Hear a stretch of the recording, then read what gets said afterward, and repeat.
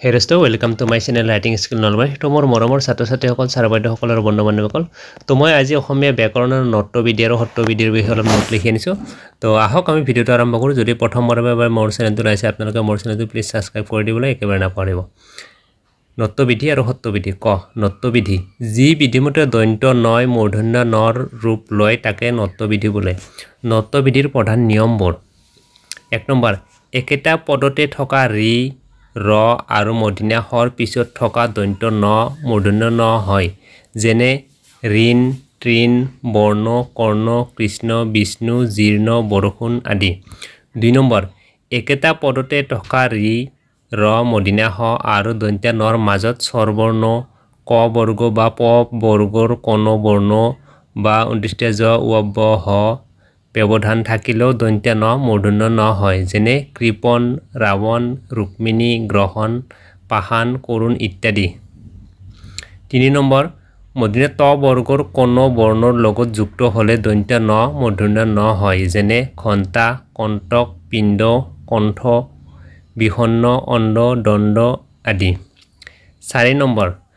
উত্তৰ দক্ষিণ চান্দ্ৰ পৰা নাৰ ৰাম আদি শব্দৰ পিছত থকা অয়ন শব্দৰ দন্ত ন মূৰ্ধন্য ন হয় যেনে উত্তৰায়ণ চান্দ্ৰায়ণ পৰায়ণ ৰামায়ণ আদি পাঁচ নম্বৰ পৈৰপ্ৰ পূৰ্ব অপৰ আদিৰ পিছত থকা অহ্ন শব্দৰ দন্ত ন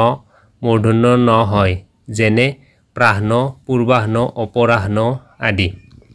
ছয় নম্বৰ অক্ষ শব্দৰ পিছত থকা উহিনী শব্দৰ দন্ত ন আৰু সূৰ্প শব্দৰ পিছত থকা নম শব্দৰ দন্ত ন মূৰ্ধন্য ন হয় যেনে অক্ষহিনী সূৰ্পনখা সাত নম্বৰ কিছুমান শব্দত স্বাভাৱিকতে মূৰ্ধন্য ন হয় যেনে বাণিজ্য বণিক বাণী বীণা বেণু বাণ কণিকা কংকণ অনু গৌণ পানী কল্যাণ মণি কোণ চাণক্য মোন পুণ্য ইত্যাদি এতিয়া আহিল সত্যবিধি খ সত্যবিধি যি বিধিমতে দন্ত হ মূৰ্ধন্য হ হয় সেই বিধিকে সত্যবিধি বোলে সত্যবিধিৰ প্ৰধান নিয়মবোৰ এক নম্বৰ অ আ ভিন্ন অন্য স্বৰবৰ্ণ বা ক বা ৰৰ পাছত থকা প্ৰত্যয়ৰ দন্ত হ মূৰ্ধন্য হ হয় যেনে ঋষি মুমূৰ্ষ শুশ্ৰূষা দুই নম্বৰ মদিনা ত বৰ্গৰ বৰ্ণৰ লগত যুক্ত দন্ত হ মূৰ্ধন্য হ হয় যেনে কষ্ট দুষ্ট অষ্ট মিষ্ট আদি তিনি নম্বৰ ই কাৰান্ত আৰু উ কাৰান্ত উপসৰ্গৰ পাছত থকা হঠস্থতাকাৰ স্থা হৃদ হিচ লহ আদি ধাতুৰ দন্ত হ মূৰ্ধন্য হ হয় যেনে নিষেধ বিষাদ প্ৰতিষ্ঠা অভিলাষ অনুষ্ঠান নিষাদ আদি চাৰি নম্বৰ ভূমি গো অংশু শব্দৰ পিছত থকা স্থা শব্দৰ দন্ত হ আৰু যুদি শব্দৰ পিছত থকা স্থিৰ শব্দৰ দন্ত হ মূৰ্ধন্য হ হয় যেনে ভূমিষ্ঠ গোষ্ঠ অংশুস্থ যুধিষ্ঠিৰ আদি পাঁচ নম্বৰ সু আৰু বি উপসৰ্গৰ পিছত থকা সম শব্দৰ দন্ত হ মূৰ্ধন্য হ হয় সূক্ষ্মা সুষম বিষম ছয় নম্বৰ প্ৰত্যয় যোগ হ'লে হবিষ আৰু চাক্ষু শব্দৰ দন্ত হ মূৰ্ধন্য হ হয় যেনে হবিষ্য চাক্ষুষ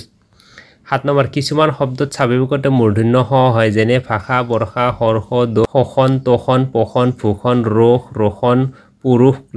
কৃষক ঔষধ গ্ৰীষ্ম বিশেষ কৰ্ষণ ঘৰ্ষণ দোষ তৃষা কুলুষ ইত্যাদি তো মৰমৰ ছাত্ৰ ছাত্ৰীসকলে এইখিনি আছিল ভিডিঅ'টো তো যদি ভিডিঅ'টো ভাল লাগিলে আৰু হেল্পফুল বুলি ভাবিলে তেতিয়াহ'লে আপোনালোকে মোৰ চেনেলটো প্লিজ ছাবস্ক্ৰাইব কৰি দিব লগতে এই লিখাখিনি নোটখিনি মই আপোনালোকক ডেছক্ৰিপশ্যনত দি দিম তো তাৰ পৰা আপোনালোকে ডাউনলোড কৰি প্ৰিণ্ট আউট কৰি চাব পাৰিব তো আজিলৈ এৰিছোঁ ধন্যবাদ জয় অসম লগতে মোৰ অন্য প্লেলিষ্টত থকা ভিডিঅ'বোৰ এবাৰ চাবলৈ অনুৰোধ জনোৱা হ'ল ধন্যবাদ